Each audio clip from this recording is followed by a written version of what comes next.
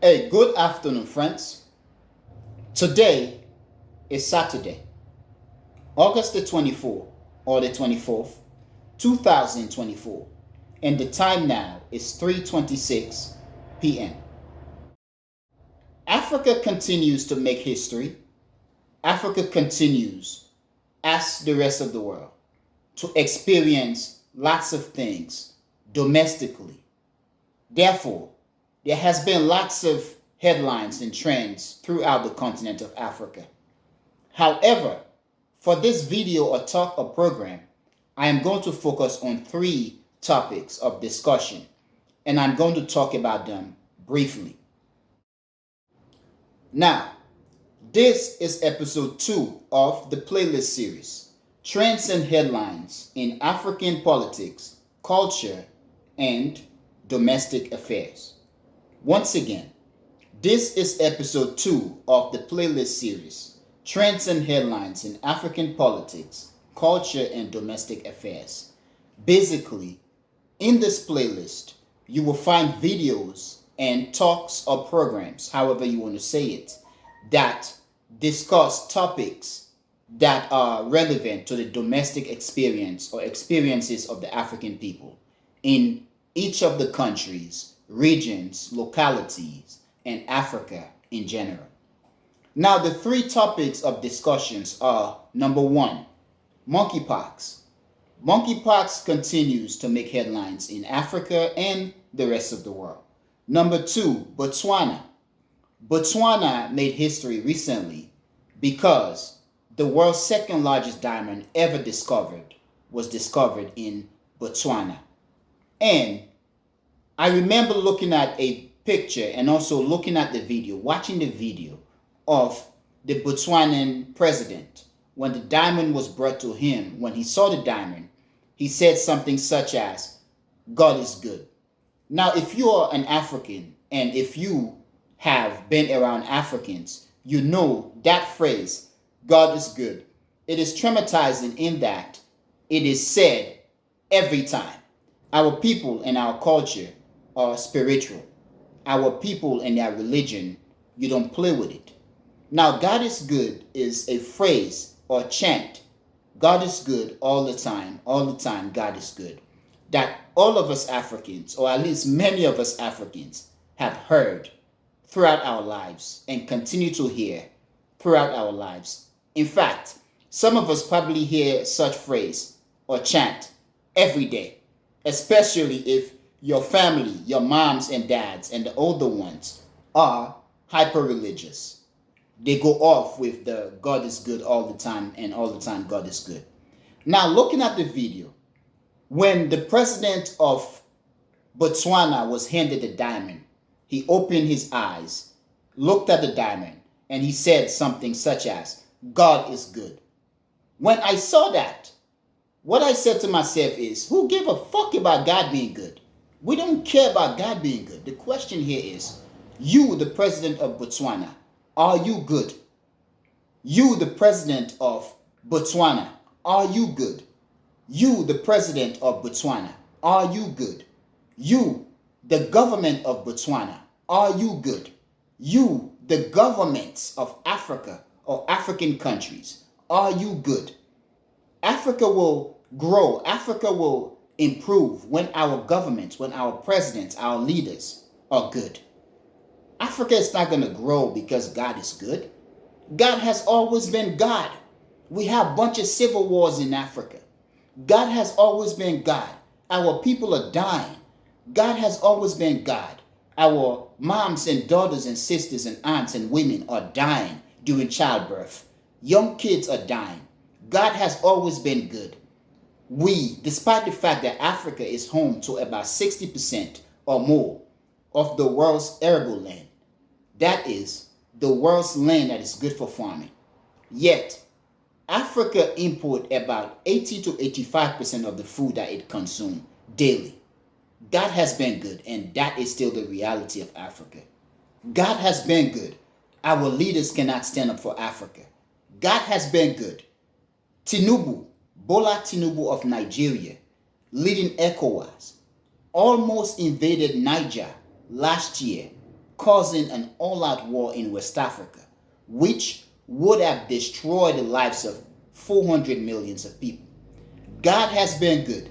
William Ruto tried to tax the people of Kenya to hell. However, he basically got handed his ass by the people of Kenya. God has been good. Congo remains destabilized, and the people of Congo are dying. The richest country in Africa and in the world. The country which in its belly lies the world's most valuable resources. Yet Africans are unwilling, it seems, or unable to stabilize Congo. God has been good. West Africa is going through a lot. God has been good. People of Africa are drowning in the Mediterranean Sea to escape Africa. God has been good. African women are going to the Middle East to go and find work, and they are mistreated. Many of them are dying. God has been good. The situation in Sudan continuing, and the people of Sudan are dying. Meanwhile, the world focuses on Ukraine and Israel, or the Middle East, Gaza. As for Ukraine, well, it is said many times they are white people with blonde hair and blue eyes. So their lives matters more, and their lives are much more valuable than the lives of Africans. God has been good, and we've been going through a lot. God has been good, and our economies in Africa are messed up. Young people are trying to leave the continent instead of staying there. Look, the truth is, Africa is not going to develop. Africa is not going to be stabilized or stable. Africa is not going to be rich in terms of the people of Africa benefiting from their wealth, the wealth of Africa, if God is good. Africa can only be developed, can only be stabilized or stable, can only be valuable, can only defend itself when African leaders are good, when African governments are good, when African presidents are good. So, once again, I must say this to the president of Botswana. Who give a fuck if God is good? The question that we should be asking, are you good? The president of Botswana, are you good? The government of Botswana, are you good? The president of Liberia, are you good? The government of Liberia, are you good? The president of Kenya, are you good? The government of Kenya, are you good? The president of Nigeria, are you good? The government of Nigeria, are you good? The president of South Africa, are you good? The government of South Africa, are you good? That is the question that we should be asking. That is the statement that we should be making. Something great has happened to Botswana. But then it does beg the question, and it begs the suspicion of whether the people of Botswana will enjoy from the discovery of such diamond. Now, my friends, the third topic of discussion is that of the fact that Africa is going through rapid urbanization, and it is said that in the future, that is by 2035, Africa will have about 6 major cities with at least 10 million people. 6 major cities with at least 10 million people. To that, I want to ask, is that something to be happy about as Africans? When your population is growing rapidly and your cities are growing rapidly. 6 cities with at least 10 million people and about 100 cities with at least 1 million people. As much as it could be good, it could also be a disaster. Now, in terms of the topics here of discussion, for the first, monkeypox. Now, it seems to be getting lots of attention in terms of what they are saying in the news and in terms of the sensationalism behind monkeypox. It is said that it has spread to Asia, it has spread to the United States and to Europe, and it is said that it is even in California. Now, I don't see monkeypox becoming a pandemic such as what COVID-19 did or what COVID-19 has done.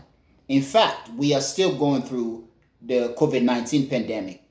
People are still dying. Of course, not in the massive number or numbers as people were dying in the 2020-ish and 2021-ish time period. But COVID-19 is still with us. It is still a problem with us, though not severe. And I'm saying this because I have not yet heard any news or information pertaining to a domestic or an international declaration of the end of the COVID-19 pandemic. So therefore, we are still in a pandemic, though the severity of the pandemic has been lessened to a comfortable level. But in terms of mpox or monkeypox, yes, it is in Africa. It is in the Ivory Coast and it is in other parts of Africa. It is in Congo. And the last time it is said that about 80% of the cases or death is that of young children. So young children are being impacted significantly. But I find this to be suspicious too, though. The manner in which these diseases or infections just come about. And I do find the monkeypox thing to be suspicious. And it is, seemed to me, similar to that of the emergence and the spread of the coronavirus pandemic. And even the Ebola virus epidemic in West Africa, which just came about and started jumping all over the place. But again, I do hope that it doesn't become as serious as the COVID-19 pandemic, and I hope that the world is able to work together to keep this infection at a very comfortable level. In terms of the African government, this again begs the question or comment or the exploration of the idea of what African countries are doing or leadership are doing to create an infrastructure so that the individual countries and the continent in general can manage these infections.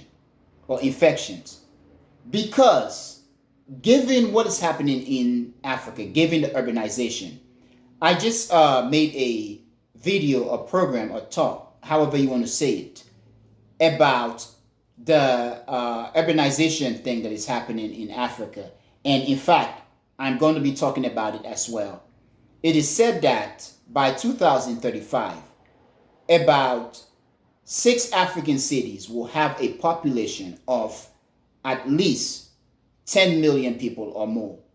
And about 100 cities in Africa will have a population of at least 1 million people. That's a serious thing. That means the increase in the population of the cities and towns and also the rapid urbanization of Africa. In this case, what infrastructures are being put in place to accommodate the people and to combat any major pandemic or infection? Now, if you are having 10 million people in your cities or even 1 million people in your cities, what infrastructure are you building for education? For transportation is very important. For transportation, for hospital or medicine or medical services, and also for the various services. What infrastructure are you putting in place for the production, the distribution, and the consumption of food? So these are serious questions that we need to take into consideration as Africans and as a global community. Now, in terms of Botswana, okay, the fact that the world's second largest diamond has been discovered in Botswana. But then again, I must ask, is the fact that such diamond being discovered in Botswana a reason for the Botswanan people to be joyful about, to celebrate or brag about? Especially given the fact that in every cases, we see good things coming out of Africa, but the African people do not benefit from them. Also, what things are being put in place to basically make sure that the people of Africa benefit from the wealth of Africa, or to enable the emergence, the establishment, the creation of companies in Africa that over the years and decades and centuries will grow to become the multinational companies of Africa, based in Africa, that can basically enable the production, the distribution, and the housing of African resources in Africa.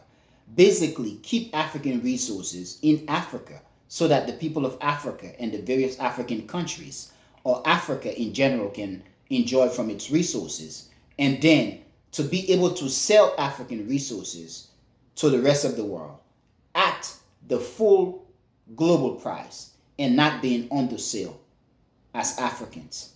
So that must be stressed. In terms of urbanization, urbanization is a big deal that every country, city, town, and region must prepare for. The world is not going to get smaller in terms of population. It is only going to get bigger. With urbanization, you need water resources. So what is being done to collect and distribute water?